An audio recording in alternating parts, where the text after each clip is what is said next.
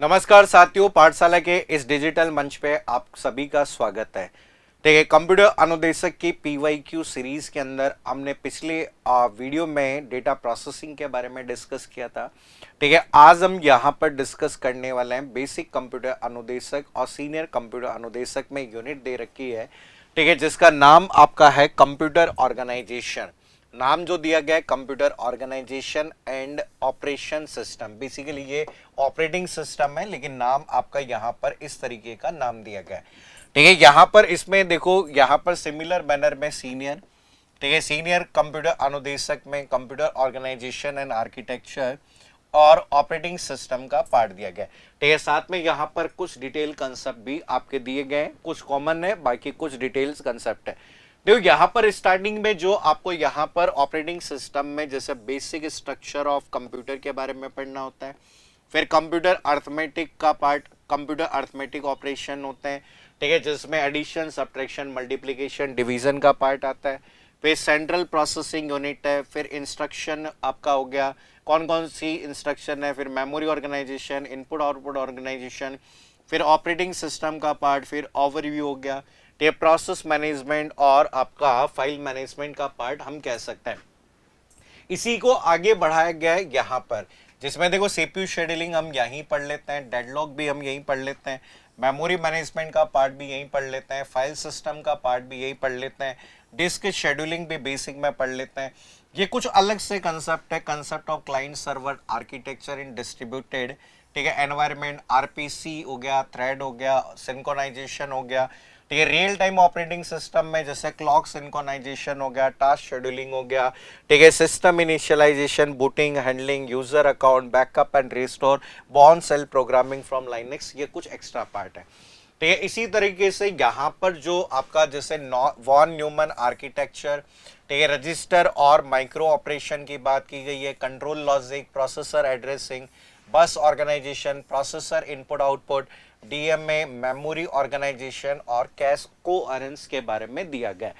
ठीक है, बुक्स अगर आप पढ़ना चाहें आपके स्टैंडर्ड राइटर्स की, जैसे ऑपरेटिंग सिस्टम की बेस्ट बुक है गैल्विन, ठीक है, सीओई की बुक आती है मॉरिस मानो, अगर कंप्यूटर सिस्टम और आर्किटेक्चर की अगर आप वास्तविक रूप से कोई बुक पढ़ना चाहते हैं। तो यहाँ पे देखो, पिछली बार कुछ क्वेश्चंस आपके बेसिक में आए और सीनियर में बहुत सारे क्वेश्चन आए, तो आज के सेशन में हम लोग बेसिक और सीनियर कंप्यूटर अनुदेशक में आए हुए क्वेश्चंस की चर्चा करेंगे। तो ये देखो, यहाँ पर पहले हम बेसिक की बात करें तो यहाँ पे देखो सबसे पहले दिया गया है कि if three thread are trying to share a single object at the same time, ठीक है, विच कंडीशन विल अलाइव। आप लोग अगर बात करें ऑपरेटिंग सिस्टम के अंदर एक कंसेप्ट आता है और उस कंसेप्ट को कहते हैं, ठीक है, उस कंसेप्ट को कहा जाता है प्रोसेस सिंक्रोनाइजेशन। ठीक है, हमने कहा कि प्रोसेस आपके ऑपरेटिंग सिस्टम के संदर्भ में प्रोसेस या तो इंडिपेंडेंट होती है या कोऑपरेटिव होती है। अब तीन थ्रेड, थ्रेड का मतलब होता है आपका लाइट वेट प्रोसेस। थ्रेड की जब भी बात करेंगे तो थ्रेड को हम क्या कहेंगे, लाइट वेट प्रोसेस के नाम से जानते हैं। ठीक है, तो यहां पर साझा करने की बात कर रहा है, तो पहला ऑप्शन दिया गया टाइम लैप्स, जो यहां पर किसी भी तरह से संबंधित यहां पर नहीं होता है। तो यहां पर एक तरीके से टाइम लैप्स की बात करें तो ये आपकी एक टेक्निक मानी जाती है और जनरली ये टेक्निक होती है फोटोग्राफिक टेक्निक के रूप में संदर्भित है। आप कहते हैं फोटोग्राफिक टेक्निक है, तो यहाँ पे क्रिटिकल सिचुएशन दिया गया है। बेसिकली ऑपरेटिंग सिस्टम में जो प्रोग्राम का पार्ट जिस भाग में एग्जीक्यूट करता है वो क्रिटिकल सेक्शन होता है। तो यहाँ पर ये वाला जो पार्ट आपका होता है, ये वाला भाग कौन सा होगा, रेस कंडीशन होगा। ठीक है, जहां अगर बात करें सब में दौड़ लगी हुई है, एक सभी अगर एग्जीक्यूशन करना चाहते हैं, तो याद रखिए कि वो वाला जो पार्ट आपसे पूछा जा रहा है कि कौन सा भाग आपका यहां पर होगा, तो याद रखिए इस वाले पार्ट में जो आपसे पूछा गया है, तो इस क्वेश्चन का आंसर कौन सा होगा, रेस कंडीशन यहां पर होगा, जो आसानी से कर सकते थे। रिकर्शन आपका देखा होगा प्रोग्रामिंग में क्या होता है, फंक्शन होता है, कि रिकर्शन यहां पे हम कहते हैं कि एक फंक्शन होता है, फंक्शन कॉल इटसेल्फ। आप कहते हैं एक फंक्शन की बात कर रहे हैं और वह फंक्शन जो स्वयं को कॉल करता है उसे रिकर्शन कहते हैं। पहला क्वेश्चन था। अगला क्वेश्चन एक विशेष प्रकार का सॉफ्टवेयर जो जॉब क्यू के लिए होता है। देखो सॉफ्टवेयर की जब भी बात करें ठीक है, हम कहते हैं कि सॉफ्टवेयर की जब भी बात करें तो सॉफ्टवेयर का मतलब होता है सेट ऑफ प्रोग्राम्स। ठीक है, प्रोग्राम्स का क्या होता है, एक सेट होता है। ठीक है, लिंकेज एडिटर होगा क्या, नहीं होगा। इंटरप्रेटर नहीं हो सकता। इंटरप्रेटर तो एक प्रकार का क्या माना जाता है, लैंग्वेज ट्रांसलेटर। ठीक है, हम कहते हैं एक लैंग्वेज ट्रांसलेटर है जो हाई लेवल लैंग्वेज के प्रोग्राम्स को किसके आधार पर चेंज करता है, लाइन बाय लाइन। ड्राइव होगा क्या, नहीं होगा। तो यहाँ पे याद रखिए इस क्वेश्चन का आंसर कौन सा होगा, स्पूलर। तो ये याद रखिए इस क्वेश्चन का आंसर स्पूलर आपका होगा। चलिए अगला क्वेश्चन है, how many states can be process operating system. ये क्वेश्चन थोड़ा सा कंफ्यूजन वाला था। बहुत सारे विद्यार्थियों ने इसका उत्तर 4 किया, जबकि वास्तविक रूप से मैं कई बार क्लास में भी आपको बताता हूं कि जब भी ऑपरेटिंग सिस्टम की बात करें तो ऑपरेटिंग सिस्टम की प्राइमरी, हम कहते हैं कि जो प्राइमरी स्टेट्स होती है, ठीक है, टोटल 5 स्टेट होती है, जिसे में न्यू हो सकती है, न्यू के बाद में आपकी रेडी, रेडी के बाद में हम कहते हैं कौन सी, रनिंग, और रनिंग जिसे वेटिंग को कई लोग भूल जाते हैं, और वेटिंग के बाद में लास्ट में कौन सी होती है, एग्जिट होती है, ये होती है। आप सभी को पता है कि जब कोई भी प्रोसेस क्रिएट होती है तो कौन से स्टेट में होती है, न्यू स्टेट में। फिर आपके इसे मेन मेमोरी में लोड किया जाता है तो कौन सी स्टेट में चली जाती है, ये रेडी स्टेट में चली जाती है। ठीक है, रेडी से इसे सीपीयू अलोकेट कर दिया जाता है, तो सीपीयू अलोकेट करने के बाद ये रनिंग में, और रनिंग से प्रोसेस यहाँ पर कंप्लीट होने पर कौन सी, एग्जिट में चली जाती है। अब ये प्राइमरी तो आपके हम कहते हैं कि ये है, लेकिन आपके रनिंग के समय पर अगर किसी तरह की इनपुट आउटपुट अगर रिक्वेस्ट आ जाती है कि इन, तो यहाँ पर प्रोसेस कौन से स्टेट में चली जाती है, वेटिंग में। ठीक है, और वेटिंग से जब ये कंप्लीट हो जाती है तो उसे वापस से कौन से स्टेट में भेज दिया जाता है, रेडी। ठीक है, हम कहते हैं कि इनपुट आउटपुट रिक्वेस्ट जो है कंप्लीट हो गई है, ठीक, कंप्लीट हो गई है तो उस समय इसमें चली जाती है। तो याद रखना इस तरीके से ये क्वेश्चन था। अगला क्वेश्चन है आपका इंट, आपका ये क्वेश्चन गलत था। ठीक है, ये गलत था क्योंकि यहां पर आपके विंडोज में इस तरीके की कोई फाइल होती नहीं है। ठीक है, विंडोज में जो फाइल आपकी होती है INI फाइल होती है। ठीक है, जिसे हम कहते हैं कि इनिशिएशन, ठीक है, इनिशियलाइजेशन भी कह सकते हैं। ठीक है, इनिशियलाइजेशन भी कह सकते हैं। भाई ऐसी तो कोई फाइल होती नहीं है। ठीक है, तो यहां पर इस क्वेश्चन का जो ये आंसर जो दिया गया था, हम स्टार भी लगा सकते थे। आपके इनिशियलाइजेशन फाइल होती है जो कि एक बहुत इंपॉर्टेंट फाइल आपकी मानी जाती है, जैसे आपके system.ini हो सकती है। ठीक है, जैसे windows.ini फाइल होती है। तो इस क्वेश्चन, और ये वाली जो फाइल आपकी जनरली होती है वो एक प्रकार की कैसी फाइल मानी जाती है, टेक्स्ट फाइल आपकी मानी जाती है। तो अकॉर्डिंग टू ऑप्शन, अगर क्वेश्चन में देखो ऑप्शन तो सही है, लेकिन अगर INI फाइल हुआ होता तो आंसर इसका ये होता। तो इसलिए यहां पर इस क्वेश्चन का क्या लगना चाहिए, स्टार होना चाहिए। अगला क्वेश्चन है, देखो ये आपका थोड़ा सा डिफिकल्ट क्वेश्चन मैं कह सकता हूं। ठीक है, क्योंकि यहां पर बेसिक कंप्यूटर अनुदेशक में आपका सिलेबस में भी नहीं है, और इस डेप्थ का क्वेश्चन केवल और केवल नेट और आपके किस में आता है, गेट में। ठीक है, तो प्रोसेस सिंक्रोनाइजेशन की यहां पर बात की गई है। अब ये देखो थोड़ा सा डिफिकल्ट क्वेश्चन, लेंथी क्वेश्चन हम कह सकते हैं अकॉर्डिंग टू विद्यार्थियों के लिए, जो हम कहते हैं ना कि यहां पर है। तो यहां पर जैसे मान लीजिए आपका कहा गया कि काउंटिंग सीमाफोर, देखिए 2 तरह की सीमाफोर होती है। आप अगर देखोगे तो आपके 2 तरह की सीमाफोर होती है, एक बाइनरी और एक सीमाफोर होते हैं जिसे काउंटिंग। बाइनरी में केवल 2 वैल्यू हो सकती है, 0 एंड 1। और यहां पर अगर बात करें नॉन नेगेटिव, ठीक है, हम कहते हैं कि नॉन नेगेटिव नंबर्स आपके जो होंगे वो आपके यहां पर होंगे। ठीक है, अब यहां पर आपके पास में क्वेश्चन में जो देखो एक चीज देखिए, यहां पर एक आता है VS। ठीक है, पहला जो पॉइंट आपको ध्यान रखना है कि यहां पर इस केस में जो होगा कि हम कहते हैं कि आपका सिग्नल, ठीक है, सिग्नल वैल्यू। ठीक है, VS की जब बात करेंगे तो हम कहते हैं कि आपका सिग्नल वैल्यू विल बी, ठीक है, विल बी आपका क्या होगा, इंक्रीमेंट होगा। इस केस में जब भी ऐसा होगा तो उस केस में आपका क्या होगा, इंक्रीमेंट होगा। इंक्रीमेंट का मतलब S++ आप कर देंगे। ठीक है, आपका सिग्नल जो है उसको इंक्रीमेंट कर देंगे। ठीक है, यहां पर आपको ये चीज ध्यान रखनी है। ठीक है, दूसरा जो पार्ट आता है PS, जिसे हम क्या कहते हैं कि सिग्नल वैल्यू। ठीक है, सिग्नल वैल्यू विल बी आपका क्या कर देंगे, डिक्रीमेंट। आपने डिक्रीमेंट कर देंगे तो वैल्यू डिक्रीमेंट कर देंगे तो S माइनस माइनस। ठीक है, आपको यहां पर ये याद रखना है इस वाले पार्ट में। अब इनिशियली देखो, अगर हम कहें कि इनिशियल, ठीक है, क्वेश्चन में क्या दिया हुआ है, इनिशियल काउंटिंग। ठीक है, अगर आप इस वाले पार्ट में देखेंगे तो इनिशियल जो वैल्यू अगर आपको क्वेश्चन में दी गई है, ठीक है, आपको कहा गया काउंटिंग सिमाफोर वाई इनिशियलाइज टू आपका, ठीक है, आपका इनिशियल काउंटिंग वैल्यू। ठीक है, आई की वैल्यू अगर आपको इनिशियल वैल्यू कितनी दी गई, 8। ठीक है, देन 12p। ठीक है, वेट ऑपरेशंस की बात की जा रही है, तो वेट ऑपरेशन क्या दिया गया, देखो क्वेश्चन में क्या दिया गया, वेट ऑपरेशन। ठीक है, वेट ऑपरेशन कितना दिया गया है, 12p। ठीक है, फिर इसके बाद में कहा गया कि यहां पर सिग्नल ऑपरेशन। ठीक है, इसके बाद में आपको कहा गया कि सिग्नल ऑपरेशन।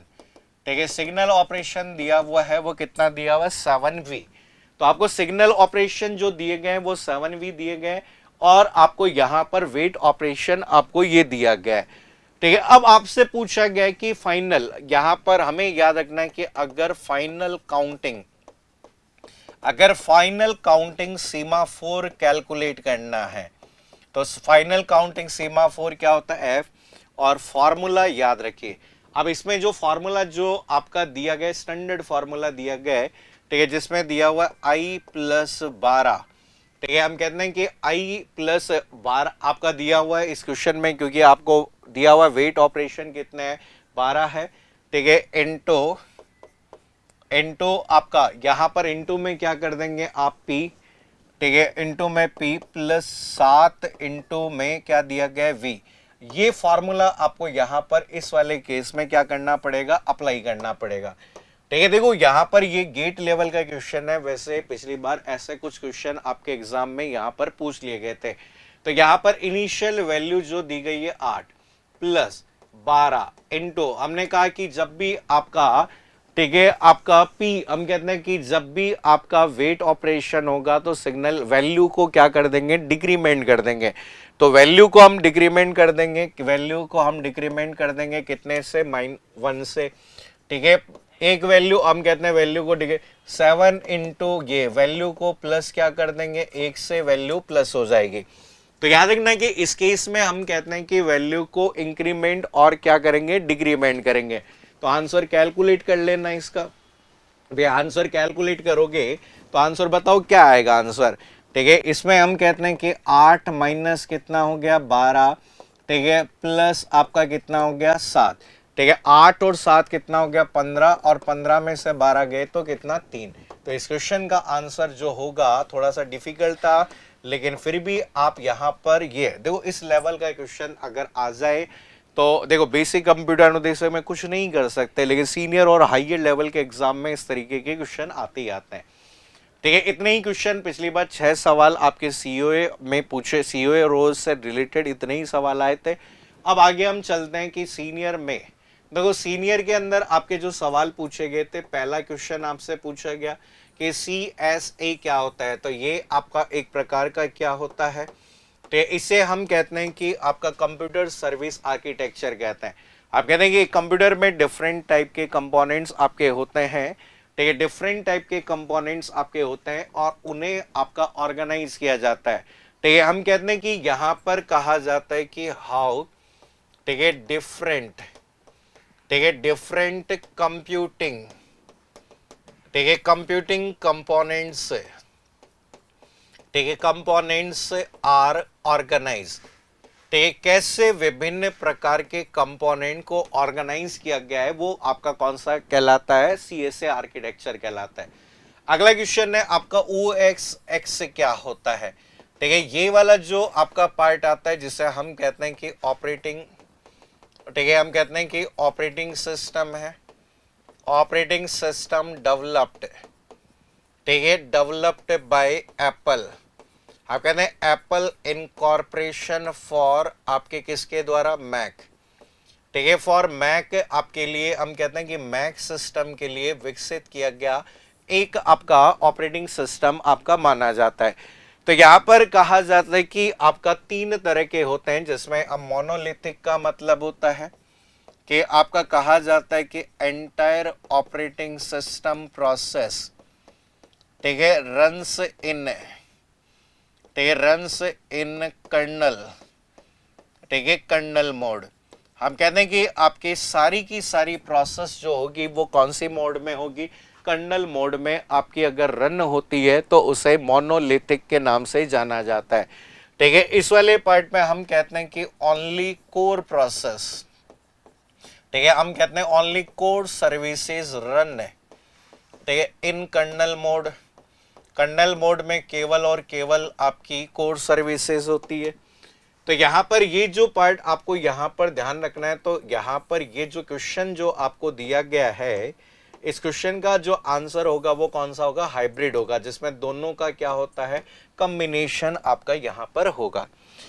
अगला क्वेश्चन है, अगर एक प्रोसेस, तो देखो प्रोसेस का मतलब यहां पर हमेशा याद रखिए कि प्रोग्राम अंडर एग्जीक्यूशन, ठीक है, प्रोग्राम अंडर एग्जीक्यूशन की जब बात करें तो उसे क्या कहते हैं, एक प्रोसेस कहते हैं।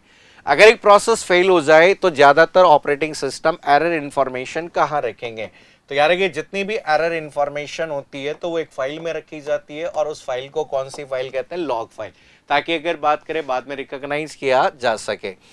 अगर अगला क्वेश्चन है, when a process in block state, अगर कोई प्रोसेस ब्लॉक स्टेट में है सम इनपुट आउटपुट सर्विस के लिए, और जब इनपुट आउटपुट सर्विस से, ठीक है, आपकी कंप्लीट हो जाती है, तो यहाँ पे देखो आप सभी को मैंने अभी कुछ समय पहले बताया था कि आपकी प्राइमरी स्टेट जो होती है वो न्यू आपकी रेडी, ठीक है, रेडी आपकी रनिंग, ठीक है, रनिंग आपकी कौन सी, वेटिंग, और आपकी कौन सी होती है, एग्जिट होती है।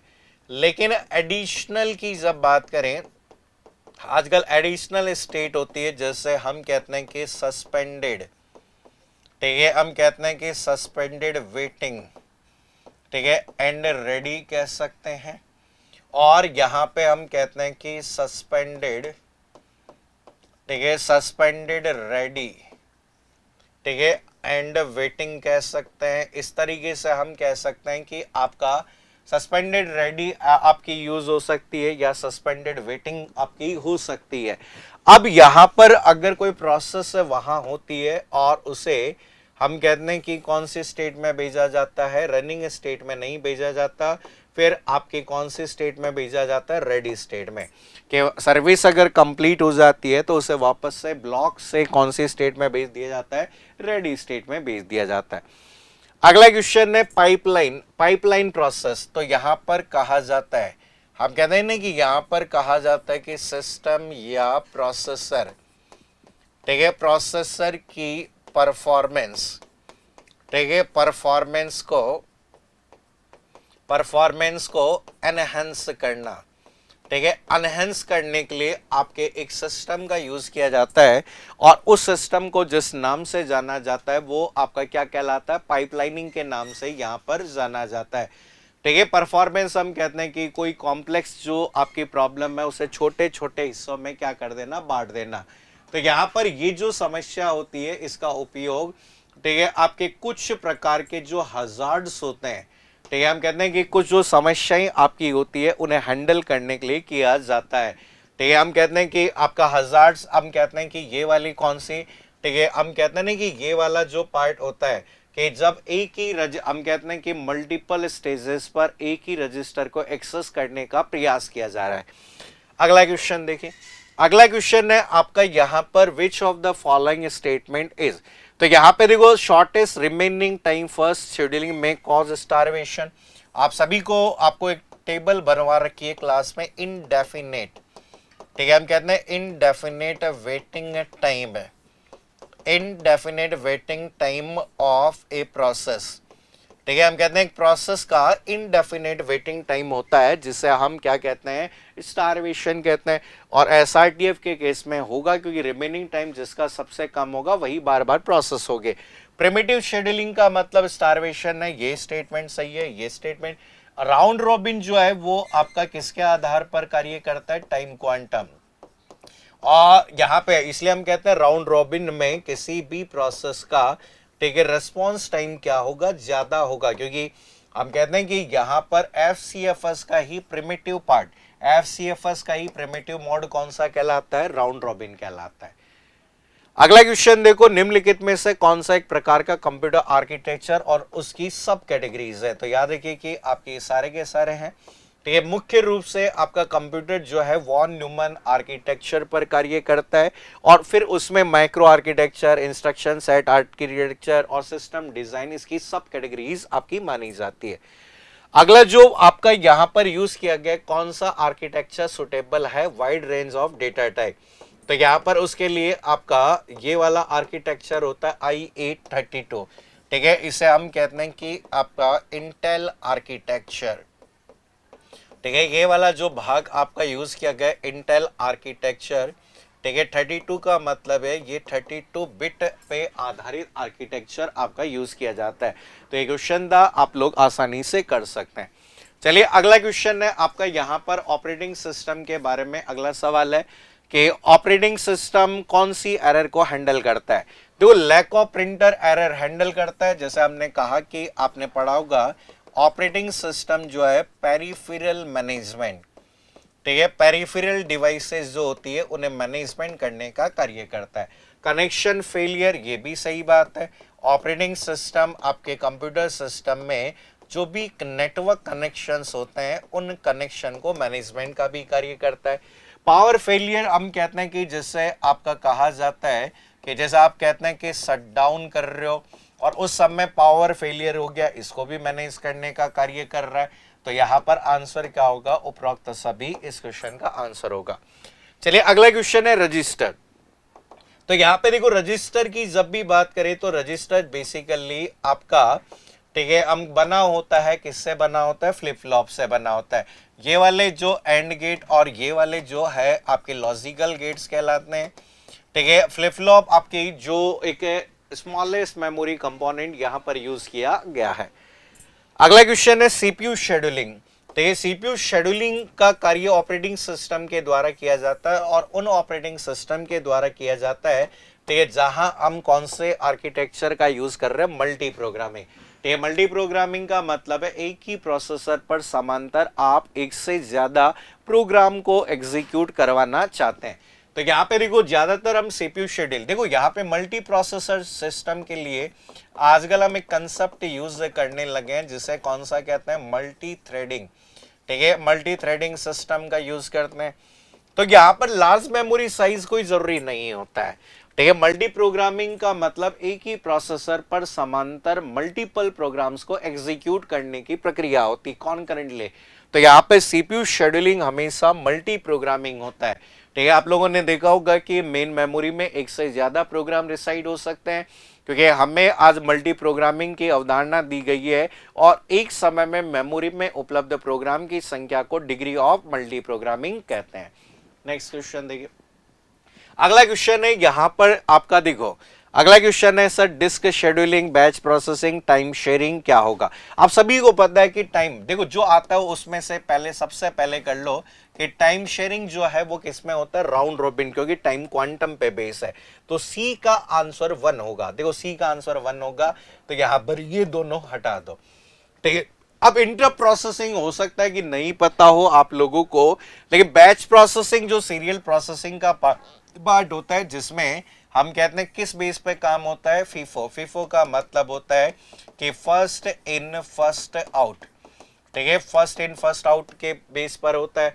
तो यहां पर बी का आंसर क्या होगा, 4, ठीक है। हम कहते हैं कि बी का आंसर क्या होगा, 4। अब देखो एग्जामिनर ने दो सिंपल को तो बराबर कर दिया। अब देखो डिस्क शेड्यूलिंग में आता है जो कि कौन सा आता है, स्कैन, ठीक है। डिस्क शेड्यूलिंग में आता है कौन सा, स्कैन। ए का आंसर यहां पर क्या होगा, 2। अब ए का आंसर 2 होगा, तो यहां पर इस वाले पार्ट में इस क्वेश्चन का आंसर यहां पर क्या होगा, ये वाला पार्ट होगा, ठीक है। सी आंसर यहां पर इस क्वेश्चन का हो जाएगा। अब लेकिन बहुत सारे जने यहां पर हम कहते हैं कि साहब हम पढ़ तो रहे हैं, लेकिन आपकी और भी शेड्यूलिंग, जैसे हम कहते हैं ना कि फीफो नहीं हो सकता क्या, नहीं, ठीक है। आपके जैसे फीफो नहीं हो सकता, क्योंकि डिस्क शेड्यूलिंग में जैसे आपकी कौन कौन सी हो सकती है, FCFS। ठीक है, जिसे हम क्या कह सकते हैं कि फर्स्ट कम फर्स्ट सर्व। ठीक है, फर्स्ट कम फर्स्ट सर्व होता है। ठीक है, इंटरप्ट प्रोसेसिंग में जैसे आपने लीफो किया, क्योंकि ये आपके ऑपरेशन किस पर आधारित है, स्टैक पर आधारित आपके ऑपरेशन होते हैं। तो एक एल्गोरिथम जो आपकी होती है FCFS होती है। ठीक है, या फिर हम कहते हैं कि शॉर्ट टेस्ट। ठीक है, शॉर्ट टेस्ट सीक टाइम। ठीक है, shortest time seek time first कह सकते हैं। ठीक है, या फिर आपकी शेड्यूलिंग होती है स्कैन, या इसी को क्या कहते हैं, एलिवेटर। ठीक है, एलिवेटर डिस्क शेड्यूलिंग। ठीक है, एलिवेटर डिस्क शेड्यूलिंग के नाम से भी आपकी यहां पर क्या की जाती है, ये एल्गोरिथम जानी जाती है। ठीक है, आपकी जैसे आपकी लुक हो सकती है। ठीक है, आपका सी स्कैन। ठीक है, सी स्कैन के नाम से भी आपकी यहां पर यूज हो सकती है सर्कुलर, और आपका सी लुक भी हो सकती है। तो याद रखिए कि ये सारी की सारी डिस्क शेड्यूलिंग के एल्गोरिथम है। ठीक है, ये आपके जो क्वेश्चंस पिछली बार आपके पूछे गए हैं। ठीक है, पिछली बार आपके यहाँ पर जो क्वेश्चन बेसिक और सीनियर कंप्यूटर अनुदेशक में पूछे गए हैं वो हमने डिस्कस किए हैं। ठीक है, इतना आप रिवाइज कर सकते हैं। आगे नेक्स्ट सेशन में हम लोग यहाँ पर डिस्कस करेंगे। ठीक है, नेक्स्ट सेक्शन में हम डिस्कस करेंगे कंप्यूटर नेटवर्क के बारे में, कि कंप्यूटर नेटवर्क में किस तरीके के सवाल आजकल यहाँ पर पूछे जाते हैं। तो कंप्यूटर नेटवर्क में जो क्वेश्चन आपके किस स्तर के पूछे जा सकते हैं आजकल, वो हम डिस्कस करेंगे। ठीक है, पिछले पेपर में कैसे क्वेश्चन आए थे, कौन से बुक्स पढ़नी है। अभी के लिए इतना ही। Thank you so much, take care. और अगर आप पाठशाला क्लासेस से जुड़ना चाहते हैं तो पाठशाला IT अकेडमी की एप्लीकेशन डाउनलोड करके वहां आपके लाइव रिकॉर्डेड कोर्सेज के माध्यम से अपनी पढ़ाई को जारी रख सकते हैं। ठीक है, अभी के लिए इतना ही। Thank you so much, take care, bye bye, all the best.